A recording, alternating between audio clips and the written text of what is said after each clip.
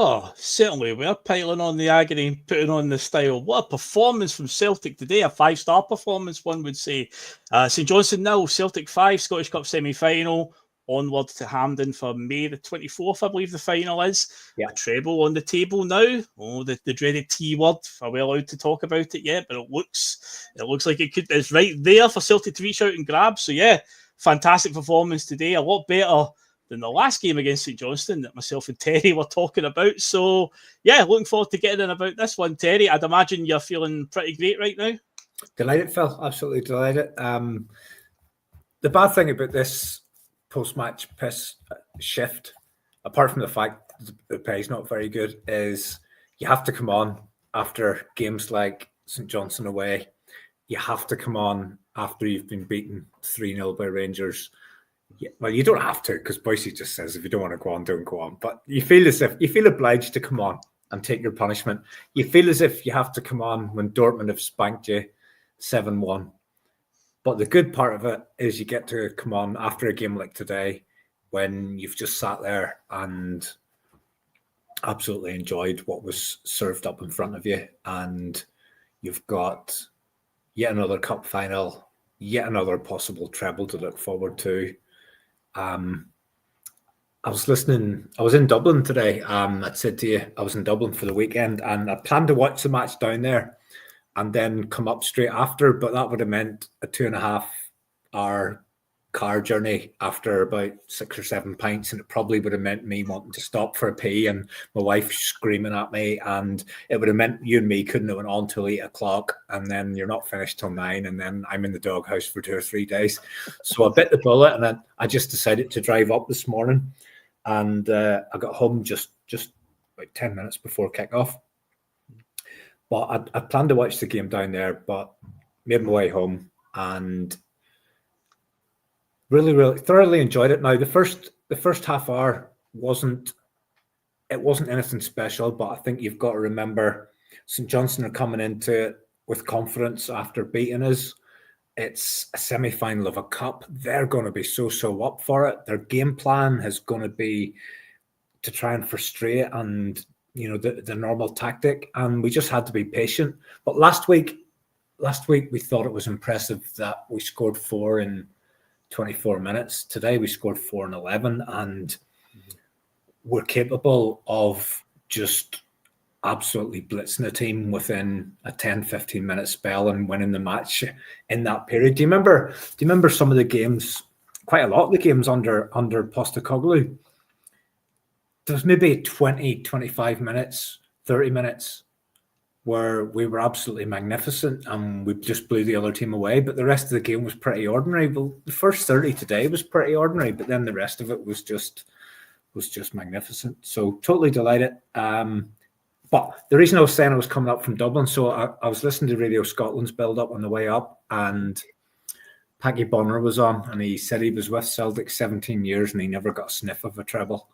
And we're just on the verge of a treble every single season at the minute, and it's an unprecedented time in Scottish football where a team has been so dominant, and it's magnificent, absolutely magnificent. And it's not about entitlement, it's not about anything, it's just about living in the moment, enjoying the moment that your team is the most successful in the country, the team with the most trophies, and long may it continue.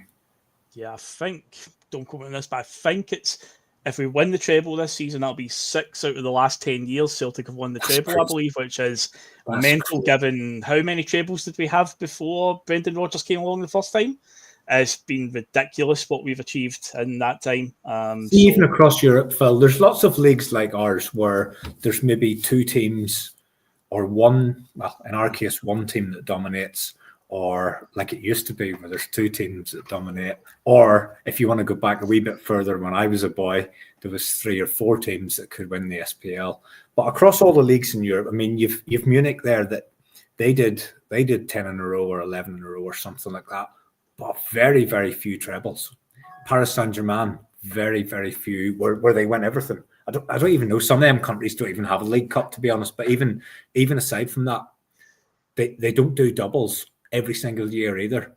Mm-hmm. So winning the league is one thing, and being the most dominant team and winning the sort of the long marathon season, but winning the cups as well. And that record of Rodgers of 15 games at Hampden and 15 wins. Yes, we're the best team. Yes, we've got the best players. Yes, we've got the best manager. Yes, we've all the advantages that Celtic have. But that's still some achievement, to go to Hampden 15 times and come back 15 times as a winner. That's very, very difficult. And it doesn't matter who you are. Real Madrid, Barcelona, Bayern Munich, none of those teams have that kind of record in cup competitions that our manager has. It's unbelievable. Absolutely unbelievable. Do you remember Celtic's record at Hampden before Brendan Rodgers came along? The amount of times I was at Hampden under Ronnie and Neil Lennon and coming away after losing teams like St Mirren, Ross County, who else done is obviously Rangers, first division Rangers beat us, it's like... It's a bogey ground, an absolute bogey ground. And it was funny today, you won't have heard this in the stadium, but it was funny today when the fans were doing the huddle, the commentator said, and Celtic Park, something along the lines, Celtic Park is absolutely bouncing or something, and then Michael Stewart nudged him to say we're not at Celtic Park, but Hampden has now become almost as much a home game as Celtic Park because we're there all the time and we win all the time.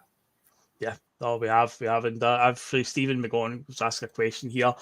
Terry, Calmac ever lost a game at Hampden? He has lost a game, but he's never lost a cup final because we lost to Rangers in that semi-final, the penalty show one. McGregor missed one of the penalties that day, but he's never lost a cup final, so that goes well for him. And Brendan Rodgers has never lost at Hampden managing Celtic, as Terry just said there.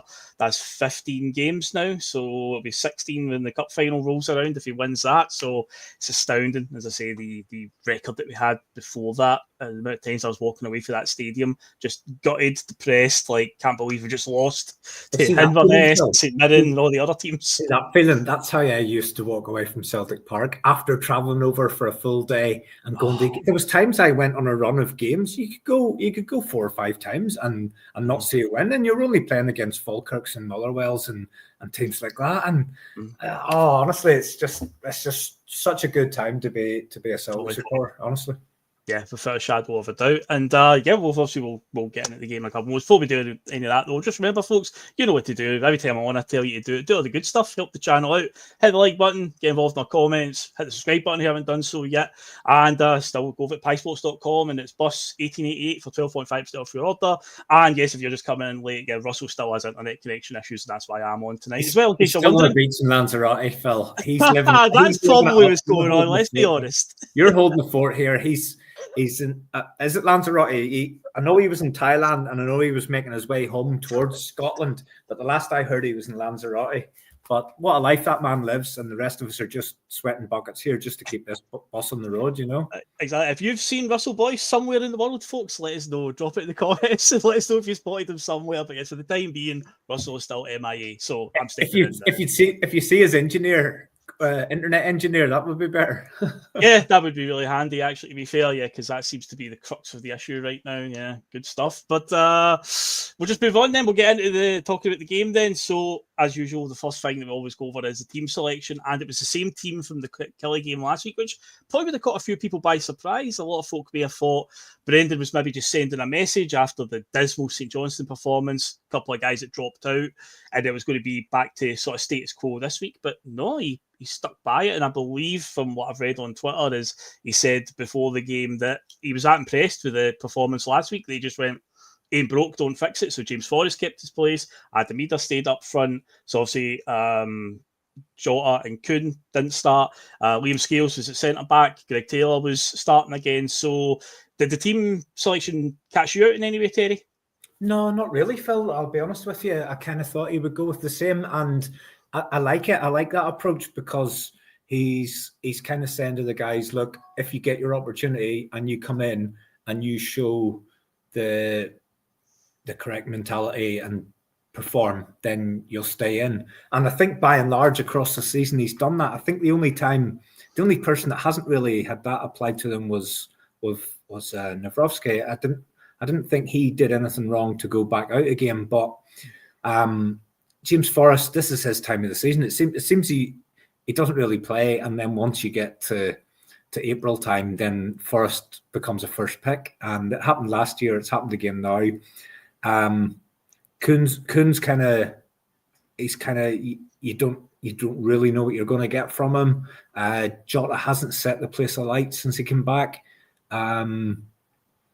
Forrest, you know what you're going to get. And he came back in from cold storage against Killie, and you just knew putting him in, you were going to get a 7 out of 10 James Forrest performance where he created opportunities, and that's what you got. And he decided to stick with Maida on the left, and that just sends out a message to Jota. You know, Jota, when you were here, you were the superstar from Portugal, but now in this team, you've got a battle on to get your place, and that wee man's ahead of you. And if I decide I want to play him on the left, then you're going to have to sit and watch, and you're going to have to do the business when you get on. Now, to be fair to him, when he got on, he was very, very impressive today, Jota. Really impressive. And we were very, very fortunate that Adamida overcame his sickness bug from during the week and was able to take his place in the starting lineup. So pleased with that as well. Scales kept his place. Absolutely no issue with that whatsoever. He's now got the yellow jersey. Either he has to do something to rule himself out, or trusty Nawrowski or Dane Murray, who the manager let slip is actually ahead of Nawrowski in the pecking order. That he just, I don't know why he threw that in. He obviously wanted us to know that was the order. But Scales is now in there, and he's got the jersey, and we've played really, really well the last 2 games with him and Carter Vickers together. And we always used to talk about how Carter Vickers made the guy beside him look better. But I think Scales makes Carter Vickers now look better. I just think they're the best fit. They seem to be the best fit. And Taylor kept his place, which I wasn't surprised about either. I don't know if have Celtic announced the deal yet, Phil? No, it's just all rumours. Obviously on but Friday. It sounds as if it's done. It's an interesting one, because the fact that he started Sloop in so many games there consecutively made you think that he felt Sloop was the better option. He started him in the big games, the Rangers game, the Bayern Munich game, but all of a sudden now Taylor is back in favour again. And I think when he talked about players looking for an easy game a few weeks ago, I think Sloop was on that. I think Sloop and Kuhn were on that list. And see that moment last week with Taylor with the child and that? Yeah. I think Taylor, I think he has signed a new deal, or he's very close to signing a new deal. And I don't think that was the plan. I think the fact it's got this far, Celtic don't let contracts get this far, so they'll have been trying to do something. The fact he hasn't signed anything made me feel he was definitely for the off. And I'm not certain it would come down to money, because I'm not sure that the clubs that he was getting linked with, I'm not sure he would have got more money. But I genuinely think that before the child was born, he was looking at it from a football perspective.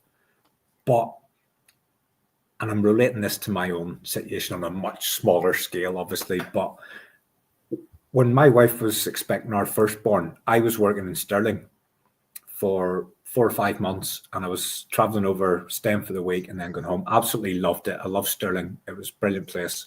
I just loved being in Scotland. And as a young kid growing up, my kind of plan was at some point, I'd love to go to Scotland, be near Glasgow, and be able to travel and go to loads of games. And a situation presented itself where I could have moved to Stirling, got a good job, and been within travelling distance for matches and things. And we were seriously considering it as a couple. But the minute our first child was born, it just became the conversation completely changed. It became, well, hang on, we've got parents who this is their first grandchild. We're not going to up sticks and take the kid away from them. We've then got, if we go there, we've no support network.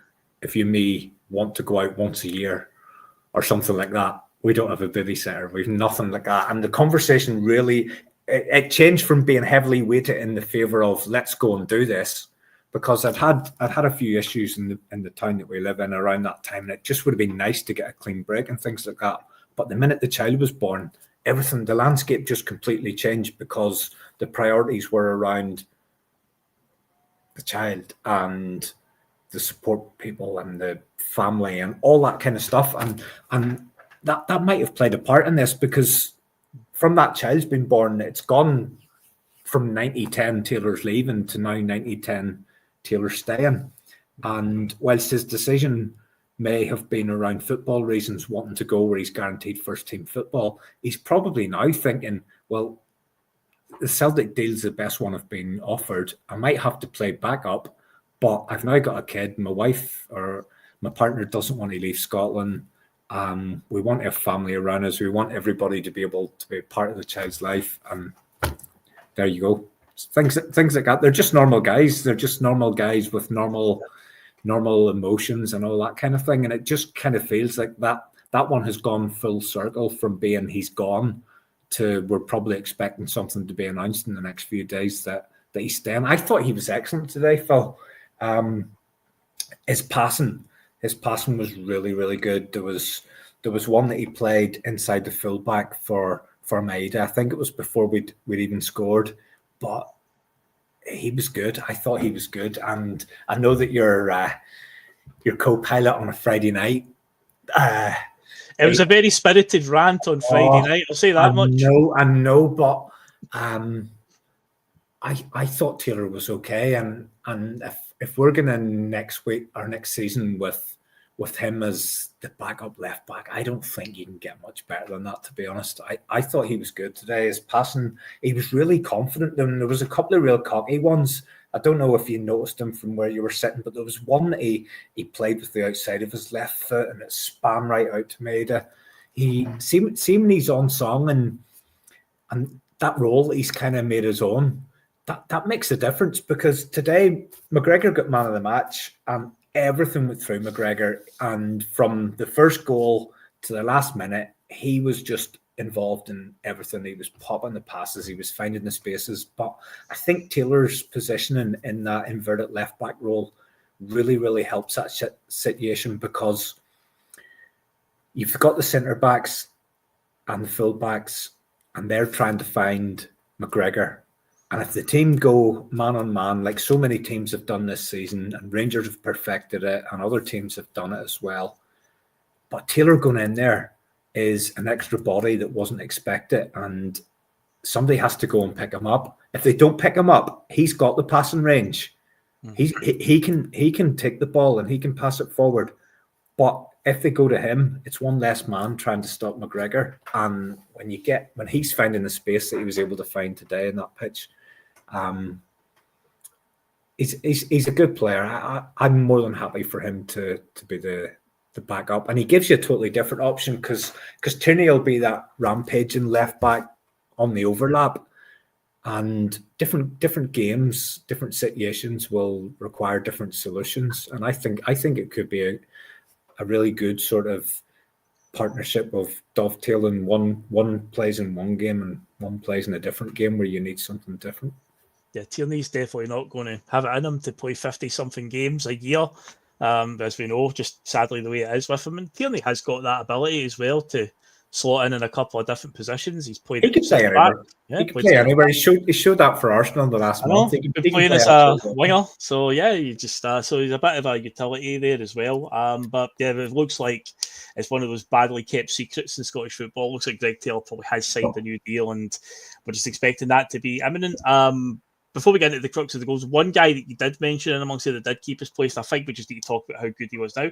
You highlighted him, obviously. James Forrest, I thought, was outstanding today. Absolutely fantastic. I thought today was the day he was going to get that goal. It would have been his 16th season in a row scoring for the Celtic first team. And I thought it was coming today. Like, he looked lively from the start. There was one run in particular just early on in the game as well, first 10 minutes, where he just carried it along the sort of edge of the area, got himself to an angle, hit it with his left, and it went out for a corner, deflected off the defender. But right off the bat, again, he's looking lively. And as you say, it's this time of the year he seems to come to life. It was this time last year that he seems to come to life as well. He comes in and he just he did his bit, but I thought he was absolutely fantastic today. And I say when the penalty incident happened, and I've seen it since I've came back, obviously I've seen the replay.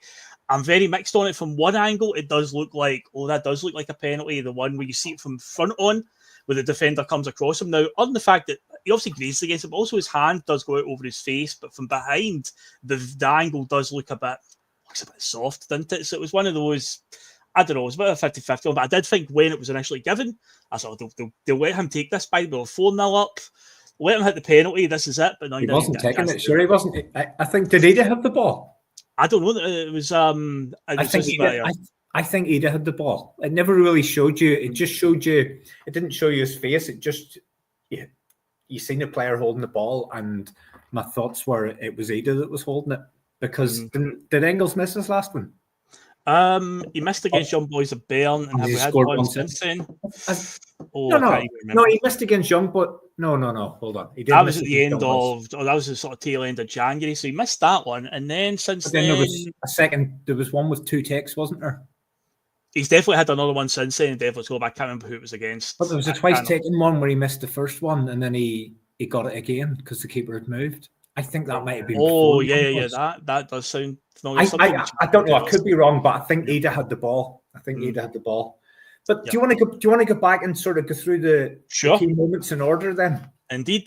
So I've got them all written down. So I've watched to get all the replays essentially, because when you're in the stadium, you only see it from one angle. So it's always handy to see it again. So obviously, I say the first 10 minutes, you just knew again how we started compared to the St Johnstone game a few weeks ago at McDermott, where you could feel like by a solid plus we were a goal down in that game in the first 10 minutes, which is never a good sign.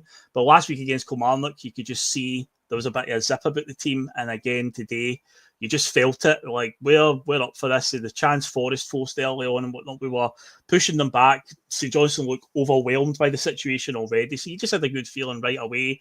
And the first goal, it's brilliant work from Alistair Johnson initially to win the header at the goal kick. From, again, just seeing that, I think it was Michael Stewart was on commentary, and he said, I don't know what the goalkeeper was thinking, try to just sort of play a wee clipped goal kick. He tried to be a bit clever. I think it was the defender. He took the kick. I think it was. Yeah. And Johnson gets in there before the St Johnstone player gets in there, wins it, the header, and then obviously it comes to Hatate, who lays it up perfectly for McGregor. Just sort of he runs by him and then back heels it into his path, and McGregor just steadies himself. And once he's got that sight of the goal, just bends it to the corner with the left foot. Not the first time he scored a goal like that down at Hampden. He does enjoy a wee one, just passing into that corner with his left foot, Terry. Aye, so St Johnstone have got the goal kick, and again, I could well be wrong, but I think the defender played it, and he did a little clip pass. And I've said it so many times. I love seeing teams try to play these, just try to play out from the back, because a team like St Johnstone playing against us is just a red rag to a bull. And in terms of football, it's football suicide what they've just done there, because they've got to 34 minutes, Phil, and again, being honest, I don't think there was an awful lot happened in the first 34 minutes. We weren't brilliant. We were bossing the game. We were in charge. We were the aggressors, but we hadn't done an awful lot. There was a shot from Forest and there was a shot from Engels, but there wasn't an awful lot of clear-cut opportunity to that point. And St Johnstone were probably very happy at that stage that you're 11 minutes away from half-time and your goalkeeper hasn't had an awful lot to do. A couple of things that were straight at him. But nothing really dangerous or perilous at that stage. And then you just hand Celtic an opportunity to score. And Johnson anticipates it well. He gets in front. The ball breaks to Forest. He plays it into Hatate. And then Hatate feints as if he's going to play it to Johnson on the overlap. He then changes the whole direction of the attack inside. He then backheels it. And when it gets to McGregor, I don't know, but I just felt it's 1-0. And he picked it up on the edge of the box. And there was probably 2 or 3 defenders that they should have engaged and tried to close him down, but they've just let him get himself set. And as soon as he shaped and you seen he was opening his body up, you just knew there was only one outcome. In terms of this season, we've seen it. I think that's about 8. That's probably about 8 goals that have all been scored from roughly the same position, about 2 yards outside the box, pretty close to centre. That's been something that he's added to his game this season. And once he was in that space, absolutely no surprise that he hit the net. Yeah, it's not the first time he's just passed one into that corner. Hampden did against Rangers a while back in Brendan's first season, the semi-final, Scottish Cup semi-final that day. Just again, just makes it look so easy ahead all the time. And again, that goalkeeper who I was a bit of a blinder against us a few weeks ago, he was obviously looking too blinding today, to be honest. But yeah, so we're getting off I felt we had obviously right from the start we're good. It did take half an hour, but as you say, the goals once they began going in, that was it, because this wasn't a league game. You know, so Johnstone couldn't just sit with 10 men behind the ball and hope to get a point out of it. And even when it goes to 1-0, I've seen in league games, you know, they're still quite happy to keep a goal in it in the last 10 minutes before moving forward. But again, cup game, you've got to win it on the day. So their game plan's out the window, because then just a matter of minutes later, it was just came in quick succession. The second goal, McGregor's involved in that. It's a fantastic pass. The defender just gets in there in front of Maeda, but loses his footing, and then it just sits up nicely for Maeda. But the pass was tremendous. It was just inches away from just being right on Maeda. He didn't have to break his stride, but Maeda stayed at it. He could have maybe backed off a little bit, thinking the defender's getting there, but no, he kept the pressure on the defender. Defender obviously slips, falls over, and Maeda just again composed. Maeda of a couple of years ago, Terry might have got a bit panicked there and maybe stuck it over the bar or something, but no, this Dyson Maeda, and he just side foots it into the corner. So that's 2-0, 2 goals in the space of about a 3-4 minute spell. It was really quick succession. And yes, Johnstone, if they still had a game plan at that point, it was gone. It was right out the window. It's pretty similar to the McGregor scenario. When he got into that position, you were expecting the net to ripple. Once Maeda is in control of the ball, and the defender was on the stretch, and it was just beyond him. He got a touch on it, but to get that touch, he basically had to render himself out of the game, and he was on the floor. And Dyson Maeda of this season just doesn't miss those opportunities. He just doesn't miss them. And it was a really, really quick 1-2, and it was pretty much a knockout blow. You could see the St Johnstone heads from that moment. They just went down, as you say. Game plans totally gone. You thought you were okay 3 minutes ago. Now you're 2 behind, and massive uphill struggle from there. And they probably knew their fate at that stage. But Maeda, even before then, Phil, we're kind of become accustomed to that cool finish, that composure that we didn't think he possessed. But I know we hadn't done an awful lot in the game up until then, but there were a few times that he was in a good position down the left-hand side, and his crosses were good as well. There wasn't anybody on the end of them, but he did look dangerous. And I know he still has the odd one in him where he finds Rose Ed, but they're few and far between at the minute. And that was his 22nd goal in 24 games. He later goes on to get his 23rd in 24 games. There can't be too many strikers across European or world football that are on a goal a game at the minute. Do you know what I mean? And he's not playing through the middle 90 minutes. He's not on penalties. That's right, yeah. That's always I mean. Can you imagine if he was playing through the middle every single game and he was on pens? Jeez, you know what I mean? And again, totally don't want to go down the road of trying to get rid of people, but we're going to have a struggle to keep a hold of this lad during the summer, because everything, the model says he has to go this summer. Mm-hmm. The manager's sound bites tell me that the player might want a different challenge. Everything's set up that we lose him this summer, but I genuinely hope that we don't. And what a player for £1.5 million. Unbelievable. So he's going to win Player of the Year by a country mile. Of course he is. Yeah, I'd be surprised, Phil, if there's any player in Scotland that doesn't vote for him. How could anybody vote for somebody else? I think he'd get every single vote. He has to. Who else? Like even the staunchest of the staunch, you can't vote for your own team when the players thing. Yep. If anybody votes anybody else, they probably need to go and get assessed, don't they? I'll be curious to see who the shortlist is when it comes out from the PFA, whoever it is, the governing body that decides it. Yeah, because last year that award was won by Shankland, wasn't it? Lawrence Shankland won the PFA Player of the Year last season, I believe it was. So, who do you think the four would be? It'll be Maida and Kuhn. I think Kuhn will still get into the four. Lennon Miller will probably get into the young player. Yeah, I'd say that's. I don't know if he'll get into the player. The left back from Hearts might get into the player. Penrice.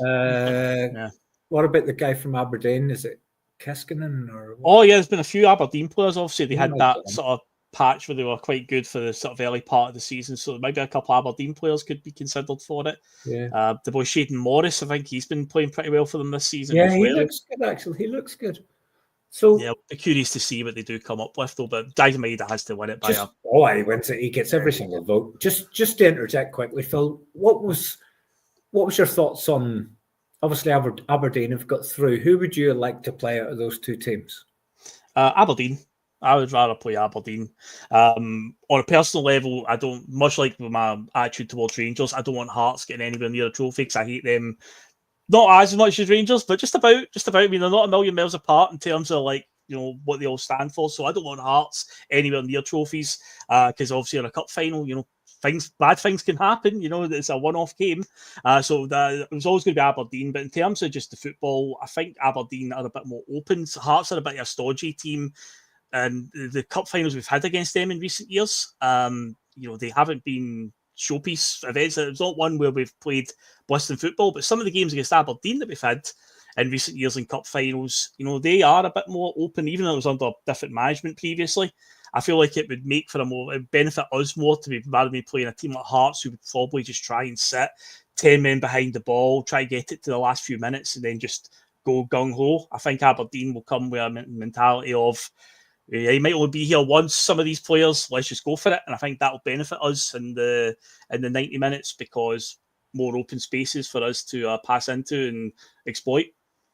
I'd prefer Hearts, and it's just really, I think for me, there's more needle in a game against Hearts. There's more jeopardy in a game against Hearts, and probably as a one-off game, I'd have looked forward to it ever so slightly more than the game against Aberdeen, because I think our record against Aberdeen is just so emphatic, and I think there's more chance of us beating Aberdeen and beating them convincingly. And I probably just favour a game against Hearts because I look forward to games against Hearts more than I look forward to games against Aberdeen. But ultimately, I mean, I think Aberdeen deserve it for the season that they've had because they did. I know they fizzled out, and it fizzled out really, really quickly. But for the first third of the season, they were absolutely excellent, and I think over the pace for them to get an opportunity to win a cup in a final in the last game of the season, I think that's more than they're more than they're deserving of that because they've contributed a lot to this season. And I know it doesn't really involve us, but that battle for third place is very, very important now at the moment because of the position, and whoever finishes third is very likely to be guaranteed group stage of European football. Yep. And for these clubs, I heard again on the radio today on the way up that was worth about $5.5 million to Hearts getting group stage football last season. So that's huge for. I think it's probably between Aberdeen and Hibs. That's massive for those clubs, and the likelihood is that whoever finishes third falls into that. I think they get a playoff game for the Europa, but if you lose that, they go into the Conference League. They're guaranteed the Conference League. So it's all good. It's all good for Scottish football, and I think if Celtic win the cup, then there's 5 teams can all potentially get into Europe across. So only the team that finishes 6th wouldn't be involved in European football going into next season. So there's all to play for with 5 games to go for most of the Ulster rounds. Yeah, this is something on the line for them, and you just never know. You might get a fortunate draw, they might sneak through, but there are ones that are guaranteed now with the way the new structure is. If you drop in at the Europa League playoff round, you lose that, you go into the Conference League, and that gives you European games up till Christmas time, January time. So it's there. The incentive is there. Scottish football, we always talk about the money situation in Scotland, how piss poor it is for a lot of the clubs. So to get, say, 5.5 million for a team like, say, Hibs as well. Massive. That is massive for them. So no doubt about it. So the incentive is there for them. And Aberdeen say they'll obviously want to finish the season on winning a trophy other than they get a position, because Celtic winning the cup, they'll be out to upset the treble party on when the final rolls around. And I'm looking forward to it already. I think it'll be a good one. Brendan's always had a great record against Aberdeen, and he'll look to be keeping that going when it rolls around. It'd be good for the likes of Aberdeen, to improve their coefficient points, because I seen online today there's parties and trophies get given out for coefficient points. Oh, do you see that? Apparently that's a thing now. Aye. Anyway, it was looking as if it was going to be 2-0 at half time, but Celtic were having none of it. 2 goals in the last 2 minutes before half time. This is interesting, Terry. See, the third goal, I said on Friday night to Liam, we were having a chat about how do you solve a problem like Adam Ida right now in terms of his form seems a bit off. And one of the things I picked up on, I said, I find that he drops deep a lot and he always runs into the channels out wide. And I'm like, see, you being the number 9 centre forward, see if you would just stick to staying in the box in that area between the 6-yard line and the penalty spot. See if you just stuck around there, because we zip a lot of balls across the goal and he's never there to put it in. And lo and behold, look what happened for the third goal. There he was, sticking to that area of the park, a ball zipped across, and he was on the end of it. I was like, oh my God, it's like a discovered fire or something like that. Thank God, Adam Ida finally gets a goal by doing exactly that. So, well, a drunk man couldn't have missed that. Honestly, see Adam Ida, all you need to do, right, Adam, all you need to do, get you into the dentist chair, Adam, and I'll just hold that up. Just open your mouth there, Adam. Yes, Adam, over a wee bit. Did you ever hear as much shite in your life? 24-year-old man has a drink and books in a taxi. Fuck me, it happens every single Wednesday night. But when it happens to a Celtic player, he's in the front page of the record and everything else. Hitati was involved in 3 goals. He got the assist on 3 goals. See when he's on it, Phil. See when he's buzzing, and he was buzzing. Seeing that period, that 11-minute blitz, he was absolutely buzzing. And I know you can pick holes in all the rest of the performance, and he still gave the ball away loads and all the rest. But for that 11 minutes, he was absolutely buzzing, and he was integral in every single thing that was going on. And what a wonderful little player he is. So Scales plays the pass. Scales actually played a really good pass, defense splitting pass inside the fullback, and that was a pass we played loads today, either Scales or Taylor. That ball inside the fullback for Dizan to run onto, and it's a tactic that we just repeat it under Postecoglou. The fullback invert it, and the pass inside their right fullback, and Maida running onto it, and it was absolutely perfect. Except it wasn't Maida, it was Scales, and it was Hitati. Hitati picks out Ada, and like I say, you could have had 10 shots and 40 Vagas and Ali in the chat points out that he did also manage to miss pretty much a carbon copy of the same goal. He did, didn't he? So after me saying, just do that. That's it. He run too many at that stage. There's a fine line. But I'm delighted he got a goal because it's long. He's been, but the Hibs game, I think, was the last one he got. The sort of late one. I thought he was poor enough today. No, yeah, he was. I mean, he wasn't fantastic, but I just want to see him get some goals because at the end of the day, he is, an out-and-out striker, and they're always going to be judged on their goals. So it's good to see him get one. So hopefully he can start to bang them in for the remainder of the season. I just wanted to get through without broken, Phil. I thought Brendan handled that really well on Friday when they asked him about it, and they were obviously looking for a soundbite, looking for a bit of controversy to stir it up, and he was just like, he's a young man, it was a stay off, so be it. He wasn't too bothered about it, but obviously the media were looking to stir it up a wee bit, Terry. I did, I even seen the Brownie moment. Do you remember the Brownie moment where he was pictured in the paper sitting outside some place with absolutely rubbered? But if anybody thinks that these young lads are living the life of monks, then they're very much mistaken. But I don't have any problem with it, Phil. I mean, if you're professional, you don't have to lock yourself away and have absolutely no life. That's unrealistic to expect that any young fella in their 20s who enjoys a drink or whatever else is just not going to do that. It's just completely unrealistic. Like if you think about the footballers, the heroes of the 60s and 70s and 80s, those guys were probably drunk more times than they were sober. There was people playing football, really top players playing football drunk, and that doesn't happen nowadays. I think it's a lot more professional, and they're athletes, but you're still allowed to let your hair down every now and again, and it'd be really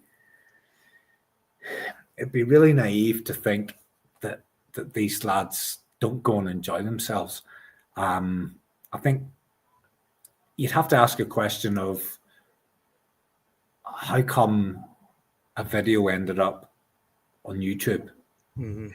If you're out for a night with friends, trusted people, how come a video ends up on YouTube? I think that's the problem. That's where I would be. If I was in Adam Edia's position, I'd be going, hang on a second, how have I ended up where somebody's recording this? Because I'm sure the driver didn't do the video. He's fucking driving along. Your man's spoken beside him, and he's getting his phone out. I'm sure that didn't happen.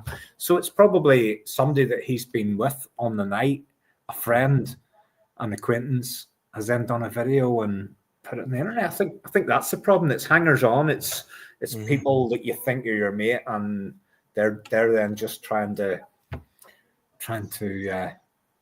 get themselves a confidence boost by getting likes and all that piss. I mean, that's I've true. absolutely no issue. I've no issue with it. I thought he was poor enough today. There was one moment where he got the ball and he turned and he went to play a ball. I think it was to Maida, and he overhit it by an absolute mile. But I know the one. There was nothing there that was any different to anything we've seen all season.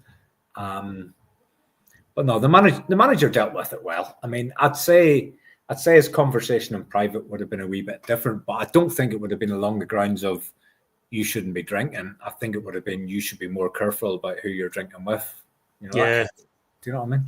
As you're about to say, most people are chasing clout online nowadays, likes and interactions. So somebody's obviously got a video of Adam Eda, passed it on to a mate, whatever, put it on whatever social media app, TikTok, whatever. Listen, there's very few people on this earth that haven't drank to the point where they're sick at some point. Do you know what I mean? Well, Kieran Allen says obviously Eda isn't a drinker, and that's why he was ill. I don't know. It's a very fine line. Sometimes you go out for a night and it goes plain sailing, and other nights you go out and it goes a different way. I don't know. It's all about the mood. It's all about who you're with. It's all about how you're feeling before you go out. It's about how you've ate. I don't care. But he's got his goal today, so hopefully he can have a wee purple patch now and end of the season and start banging in some goals. But anyway, speaking of banging in goals, Daizen Maeda, he wasn't going to be kept quiet again. He got a second goal today, just before half time. He was 4 goals in an 11-minute spell. But yeah, obviously it's a bit of not scramble in the box, but obviously it bounces around a little bit. And he just steadies himself again and just sort of again passes it into the far corner with his left foot. Comes to a wee crowd of players, but yeah, 4-0 going in at half time. And it's one of those ones where, again, you're like, this could be whatever we want it to be. But at the same time, with the way this Celtic team have played at times under Brendan, where you're like, well, I wouldn't be surprised if this even ended 4-0 at this stage. If we just decide to take the foot off the gas, like last week against Kilmarnock, where we just seemed to go down a few levels in the second half. But Dice Maida, another goal. I'm losing track. Me and my dad keep debating this. What is his actual total for the season? Do you know what it is?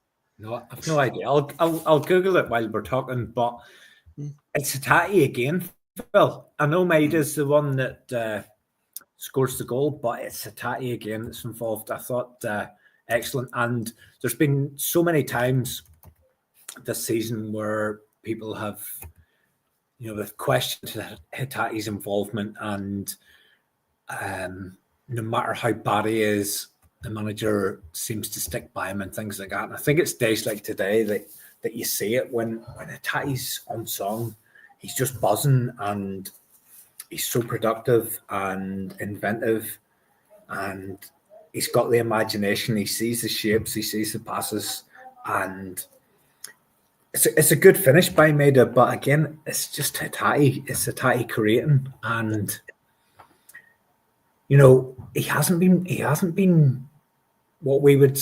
I said last week, I think that his best period was that first 6 months when he came in, when he just seemed to score every time he got the ball and just hit it from anywhere. He seemed to score, and he was just such a buzz bomb. But then he was in and out of the team with injuries, and then you've got the changing manager and all of that. But I think he showed today that he's still got that. He's still got that buzz. And again, he's going to be an interesting one going into the summer, because I think when the manager made the comments a few weeks ago about players that have been here 3 to 4 years, when I then tried to dissect that, I came up with Hatate and Maida. And the manager never wastes his words, so you always think, what, he's preparing us for something here. Is it those two? And it could well be, but I thought Hatate was magnificent today. And we just, this season, we just come to expect it of Maida. As soon as he gets the ball, you just think it's going to end up in the net, don't you? And it's so ridiculous compared to, the joke character. And I think when we were doing the show with Bhoycie around your Celtic story kind of thing, and we talked about cult heroes, Maida at that time, last summer, Maida, he wouldn't have been a great, he probably wouldn't even have been a good, he'd have been a cult hero. He's somebody that is capable of magical moments, but is also capable of the absolute ridiculous pish. But now, the ridiculous pish is probably only about 2 to 3% of what he delivers, and the rest is absolute genius. It's unbelievable. It's just unbelievable the season that he's having. And again, he's having this magical season under a completely different manager than the one that brought him in from Japan, and the one that knew about him, and the one that's seen his skill set and knew of him and brought him in. It's amazing, the Maida story. Yep. And again, look at both those lads, Hatate and Maida. 3 million quid for those two. Yep. Yeah, I agree with you on the Hatate stuff. I thought he was absolutely fantastic today. But what I've noticed, I think, in recent weeks is I feel like when you get a game like up at St. Johnstone a couple of weeks ago, where you're expecting guys like him to pull us out of the trenches because we're having a real slog, it feels like he doesn't, on those types of occasions, he doesn't do it. But on days like today, where we start pretty fast, it's nice and open, and he's just got more freedom to just dictate the play, he's arguably the best in the country at it. Like, in terms of just in the midfield, the way he commanded it today. Last week against Kilmarnock as well, I know the man of the match award went to Greg Taylor. There might have been reasons behind that, but I thought Hatate last week was fantastic as well. 2 goals, the assist for Ralston. Again, just when he's got that freedom to play on the half turn and spray passes around, there's very few that are better than him. But when we do get a game, it's a bit of a slog. Sometimes he can be a bit quiet. Same goes with Engels alongside him. But today, I think in midfield, yeah, he was absolutely fantastic. He was involved in so much today. He looked lively. He wanted the ball. And yeah, again, there's a few, as you say, a few moments where a couple of things maybe went awry, but that's what he does. That's how he plays. He always takes those risks. And Maeda, again, we'll run out of words to describe him. The thing is, we talk about the previous manager that did sign the two of them. That is the only one that still concerns me that could come and sign them. But there's a good chance that Ange Postecoglou might not be in a job come the summer with the way things are going at Tottenham. So maybe we won't need to worry about him because, again, since he left, always wins a trophy in the second season, Phil. I also, and he's still in the Europa League. And if he wins that, he's in the Champions League next season. Yeah, that would be, again, if somebody knows how good Hatate and Maeda can be, you'd think it'd be Ange Postecoglou, and that's always been the one that's concerned me since he left, that he'll come back and he'll raid us of all of our Japanese players. But obviously, he's not done it yet. But if he gets Tottenham into the Champions League and he's got that carrot to dangle and whatnot, and obviously keeps him in a job, then I know I'm a bit worried because, especially Maeda right now, I've already put nailed my cards to the mast. I do think Hatate will leave in the summer. I think Hatate will go, but Maeda, I think we need to try and keep him again for another year. As great as he's playing right now, we need to break the norm and not be selling players after 3 years in his case because he's unbelievable at the moment. I can see him going. I can't see Ange coming in and taking him. I think he'll be in a position now where he thinks that he's in the league and with a group of players that are significantly above that level. But it is actually quite ironic that Man United and Spurs have had such a poor season, but they could be playing each other. And they're probably favourites to be playing each other in a final to get a place in the Champions League. But anyway, that's nothing for us to be concerned about because we will have a playoff match for the Champions League end of August or start of September or something like that. But that took us through to half time, Phil, and then the most poignant moment of the match where the entire Celtic support decided to sing the new Bhoycie Bus intro. Did you pick up on that? Putting on the agony, putting on the style. It usually gets wheeled out when we've scored that many goals in a game. It does tend to make the rounds. The best one that I've heard this season was when we sang it in a European game this season when we battered Slovan Bratislava. I remember turning to my mate and saying, I can't believe we're hearing that song on a European night. It's like, what's going on here? But yeah, usually gets wheeled out when we are winning pretty comfortably. And yeah, you did think at that time there could be 7 goals in this. There could easily, the way things are going. It wouldn't surprise me at this stage, especially what happened to Aberdeen early in the season. The League Cup, Aberdeen had the audacity to take points off us in the league. Then a couple of weeks later, we played them in that semi-final and put 6 past them. So we see Johnstone beating us a couple of weeks ago. I thought, there's a receipt in here for St Johnstone, but it was only 1 more goal in the second half. But before that goal, there was a couple of VAR moments, because what would be a P.M.P. without talking about some VAR moments? Obviously, St Johnstone scored as I always like to say, a thunder bastard of a goal by the looks of it, but also get pulled back for a push on Adamida. I've seen it, obviously, since we came back and saw the replays and whatnot. I mean, Adamida's got his back to the player. He's waiting for the ball to come into him, and the guy just runs up behind him, puts his arms in, shoves him over. The referee was standing right there, though, looking at it. The fact that he just didn't even say anything about it and had to be taken to the screen to disallow it. To me, I'm like, well, I know there was a case for could Adamida maybe, his size, his body strength, could he have held the guy off? I don't know. When you've got your back to the guy, you don't see him. It's, how can you be prepared for it? You have to also, be prepared. And if he's not seen it, so to me, it is a foul, it is disallowed. It was a good finish, in fairness to the boy, but Sal got nowhere near it. But he did pull off a great save right before that. Yep. Where again, it shows you, 4-0 up, you need to be alert for these things, as that's your job as a Celtic goalkeeper. I've seen many a times, Terry, where our goalkeepers at Celtic Park, they've had to be standing around for 85 minutes. We've been winning comfortably. Then the other team will get one wee chance near the end, and Celtic got a blinding save. So he was alert to that one. But the goal that they did score, it was disallowed, even though it was a fantastic finish. But I would say probably the right call, because he does literally just shove him right in the back.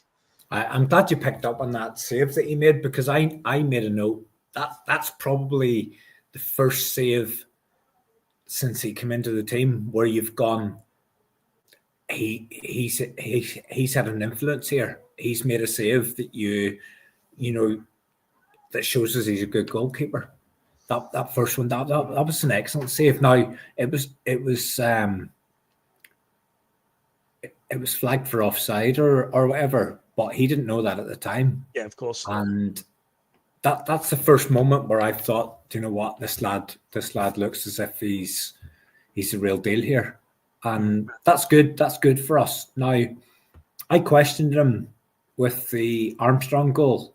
It was Armstrong. I think it was Armstrong. Whoever scored for Kelly last week or whatever. It was Armstrong, yeah, when he crossed I questioned him on that. Yeah. I thought he could have done better. And then when you see that lad scoring today from 25, 30 yards, you're going, there's another one that's just flew into the net. But that one today was different. That was top corner. Keeper had no chance. Nobody was saving that. Absolutely nobody. But it gets pulled back, and it is a push in the back. It's a clear push in the back. As soon as you see the footage with the two hands in the back, you know it's going to be given. Would I like Edith to be big enough and strong enough to take that and still go and get the ball and take it in and get us in the attack? Yeah, of course I would. But it's a clear push in the back, so it's no goal. It's very harsh on the young lad that put it into the top corner, because you could see his face. At that moment he's thinking, yeah, we're absolutely stuffed here, but I've had a wonder moment at Hampden live on the TV, and that's taken away from him again. But I wouldn't pin anything in Sinisolo for that one. I just thought that was just an absolute wonder strike, and you could have 10 goalkeepers, they wouldn't have kept that one out. Yeah, no, in terms of the shove, it is easy enough for fans to say, "Oh, he done I held him off." But if you don't see him coming from behind you, you've got to have your body ready for it, to be prepared for a shove. And you're off balance. Guy pushes him in the back. He goes down. It is a free kick. I'm just annoyed at the referee when I see the replay. It's so close to it. He's literally looking right at it from 5-6 yards away, and just doesn't say anything about it. Lets it play on. Well, you've got to question the defender there. Is it really right that he pushes a drunk man over? No, you shouldn't. Exactly. Come on, man. It can't be doing that to him. We can't beat us. That's all he needs after that. But yeah, that also happened another VAR call, and I mentioned it earlier on. I thought James Forrest was tremendous today. That run, I mean, that deserved a goal at the end of it, the way he glided past. That was like a young, rolling back the years there, James Forrest, a good few years back, the way he just took it past a few defenders, rode the tackle. It was like Eddie the Eagle fucking skiing down the slope that time. And then just the tackle, just as he goes into the box, he rides it a wee bit, but he still keeps his balance, and then another defender comes across the face of him. See, from one angle, it does look like it's a foul, it's a penalty. And I say the arm goes across the face as well, as obviously grazing against him. But then the one from behind, it looks a bit soft, really. So it's one of the 50-50 ones. But I was thinking that, this is James Forrest's time to get a goal. Although people are saying in the chat it needs to be a league goal to count. But to me, it's a goal for Celtic during this season. So, I mean, it would still be a goal during this calendar or this season. But either way, I thought this was going to be the moment for him. But alas, it wasn't to be. And he was subbed right afterwards. But again, for James Forrest overall, fantastic. But yeah, you just one of the things. I thought he was going to just glide past that last defender and just slide it past the goalkeeper into the net, but wasn't to be. It was a great run. It was excellent skill from him. Initially I thought, yeah, do you know what? I think so. But seeing the replay, nah, definitely not for me. In fact, the bit where I thought it could be given would be the hand in the face. Rather than anything else that went on. There was nothing else really for me. That was just a question whether the hand in the face was intentional enough or aggressive enough to warrant getting a penalty. Now, Forrest was adamant. Like the camera kept panning on him again before, or in the moments sort of leading up to the VAR decision, because he was taken off straight after. So that was kind of his last involvement in the game.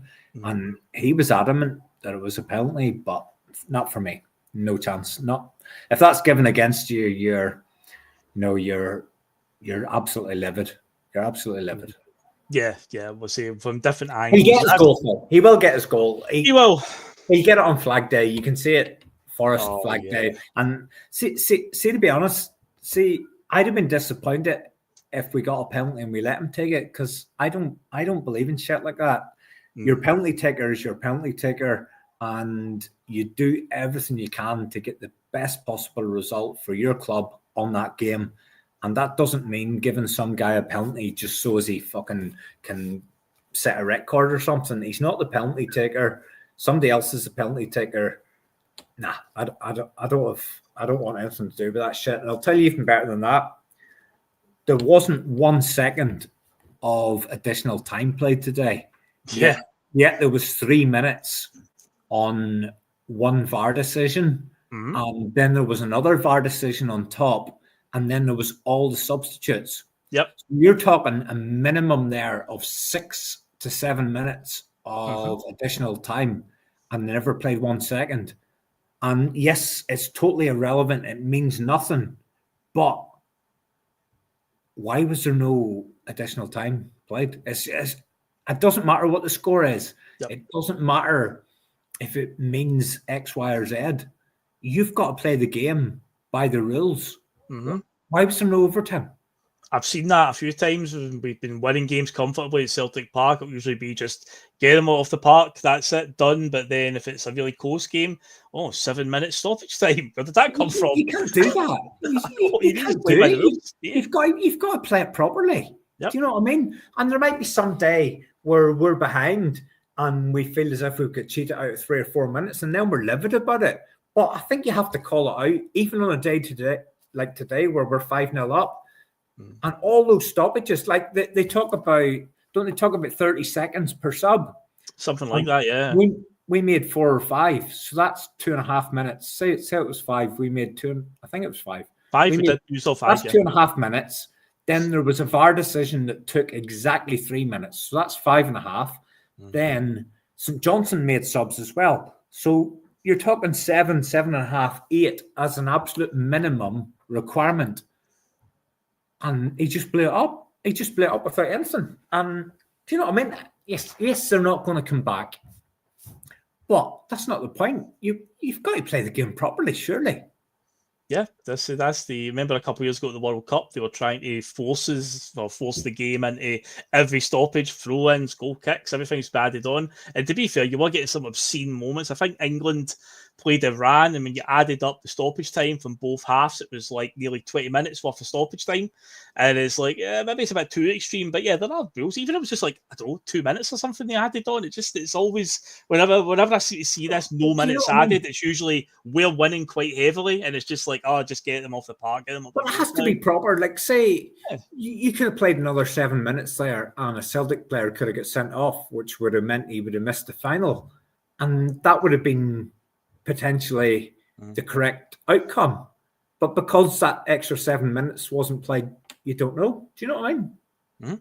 Yeah, it's definitely something I've noticed. So, but again, it's SFA, it's referees. It's something we moan about enough on this pod at times. And who gets the final, Phil? Who gets the final for you? Oh, yeah, good question. Because obviously the semi-finals there, whatever that was today, I think his name was Callum Scott or something like that. It was the first sort of high-profile game, I think. John Beaton did yesterday. I don't know if that plays into it with the semi-final. They don't get the final, but I don't know. I mean, who's the best of a bad bunch? It's probably Don Robertson and Nick Walsh will probably be involved at some point, I would imagine. If Beaton got down in England, I know that getting the FA Cup final is like a big thing, and referees can only get it once in their career. It's like a big, they've got the FA Cup final, but up here, I think there's not really much special about it. Referees have done the Scottish Cup final multiple times. I know Craig Thompson, who used to referee, obviously got it quite a few times as well. So I think up here our sort of standards are a bit less when it comes to that. But I know down in England, like getting the FA Cup final is like a once in a career moment for a referee. So, but for the Scottish Cup final, it could be any of them. Put their names in a hat, draw them out. I don't know how. It doesn't matter which one they pick. They'll hit Aberdeen and Celtic both in equal measures. So it doesn't really matter. I know what they're going to do there. But yeah, it could be Robertson, Walsh, Clancy. So he's one of the most frustrating referees, despite the fact Rangers fans always go about how he's one of us and always favours us. I think he stops the game way too much. I think Kevin Clancy's one of the most footery referees. I can't stand him when he's refereeing us. It won't matter who else it won't, exactly. It won't. But the final goal of the day, another fantastic finish. Jota comes off the bench and he's only on the park just a matter of moments, and a brilliant finish from a great angle, a great cross from Alistair Johnson. and he just runs onto it and beats it with his left foot, volleys it across the goal into the far corner, and even a young fan runs on the park and celebrating as a quick selfie. Yeah, I didn't know if you'd seen that or not, because I'm sitting watching that. I'm going, who the fuck's that? Have we brought on a sub here? Yeah, because he had a different number. He had the gold numbering on the back, so that would confuse you when he runs up and hugs him, and you're like, wait a minute. Then you see what it is. But yeah, he managed to snap a quick selfie with him, and Jota was happy to oblige. But yeah, a great finish, and Jota, this is what you want. You know, he's obviously been sitting on the bench. Maybe he's a bit frustrated about it. Well, take your opportunity when it comes to you, when you do get put back on, because Brendan's obviously just trying to let you know that, as you said at the top of the show, Terry, you know, it's not all, you know, acoustic, looking for an easy game. Obviously, something Brendan had said recently. He comes on and he finishes it well, and that's the Jota that we know and love. And he has got a good wee record now at Hampden as well. I think that's a few times he scored now in the Scottish Cup. Scored against Rangers, the header down at the other end. He scored in the final a couple of years ago. But that was a nice finish today. A great cross from Alistair Johnstone as well to pick him out. It was a cracking finish, Phil, and I thought he was good. I thought when he came on, he was good, and I was really impressed by his attitude, because he'll have been hurt by not being on today, not being on from the start. Do you know what I mean? Like he thinking back to his spell, he was the superstar from Portugal, but as I said earlier, there's a new sheriff in town, and it's not him, it's Dyson, and he's got to win his place in this 11. And that's a different challenge for him. Do you know what I mean? He's been on a completely different career journey, where he's been with his boyhood club. He's come to Glasgow. Glasgow's fell in love with him. He's fell in love with Glasgow. Then he gets his move to Saudi for absolute life-changing money, where you're getting paid 200 grand a week. And then you've got to measure up the money that's coming every week against how you're feeling as an individual. Then he gets back to his spiritual home, and then he finds that he's not first choice in that team anymore, and he's got to deal with that. It's up to him to prove that he's good enough to be in the starting 11. I do genuinely think he is good enough to be in the starting 11, and I loved his attitude when he came on. There was one time he played a pass and it didn't quite go to anybody, but he actually won it back himself, so he played a pass to himself. He looks as if he's up for this challenge. And that finish was superb. I likened it when I was watching it. I thought it was almost out for a goal kick. Was Rolston on at that stage, or was that a Johnstone cross? I think Rolston came on later because he was an individual. I think it might have been on his own, so it was Johnstone. I think it might have been. There was three subs together, and then Bernardo came on and Rolston came on. And I was glad to see Bernardo get on, by the way. Yeah, finally. Been banging that drum for a while now. It looks as if it's hit and miss where he's going to even keep it in. But for that to end up in the net, and I likened it to like a tennis shot where the player's stretching, but he's not actually playing a shot. All he's doing is putting his racket in the position where the ball's going to hit the racket. And that's what he did with his foot. He put his foot in the position where the ball was going to hit it, and it ended up in the net. I couldn't believe it ended up in the net, because I thought it was too acute an angle. And it was an excellent finish. And I've sat here and I've said I'm underwhelmed by him. And I still stand by that. But that's only going by the standards that he set first time around and what I've seen since he came back. I've absolutely no doubt he'll turn into an excellent sign for us. And I still can't believe that he's back again and that all this has happened and we've made a profit and blah, blah, blah. I don't care about any of that shit. I just care about what I see in front of me. And that was superb. That was an excellent finish.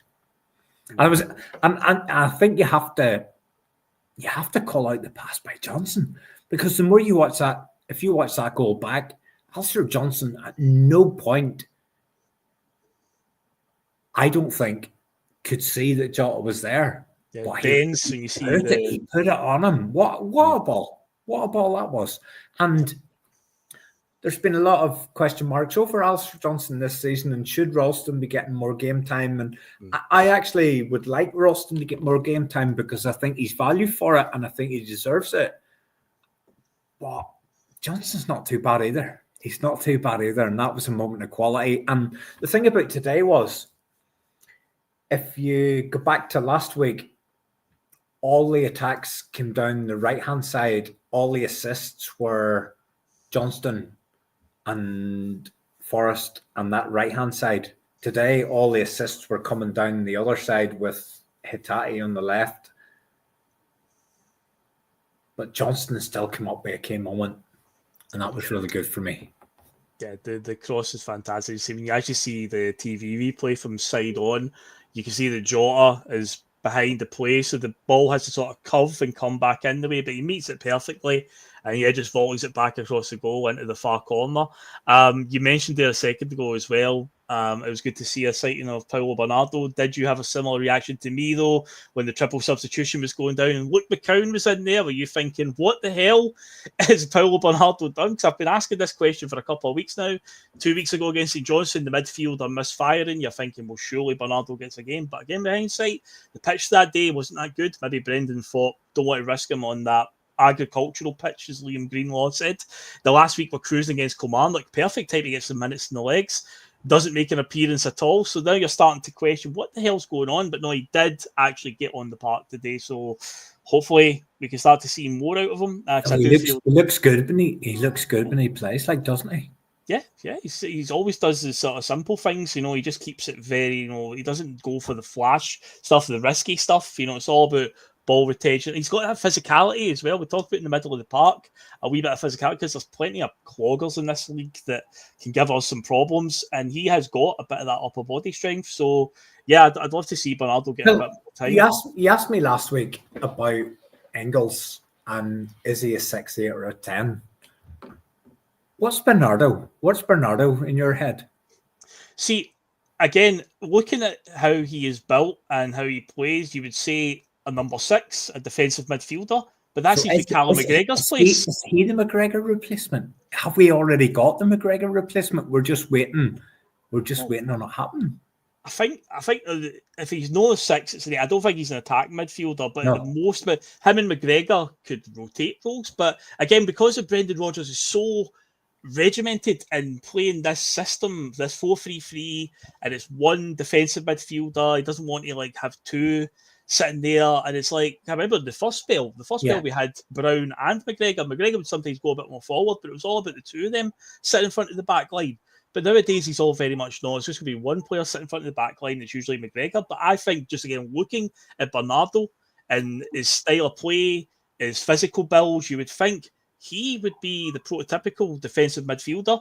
He's very good at finding a player. So when he breaks up play, passing it out to whoever, if he gets the ball off a defender, again, just moving the play forward. But because Callum McGregor's a club captain and that seems to be his place, is that a case of because McGregor's obviously getting on a bit now in his career, maybe he doesn't have the legs to be more box to box.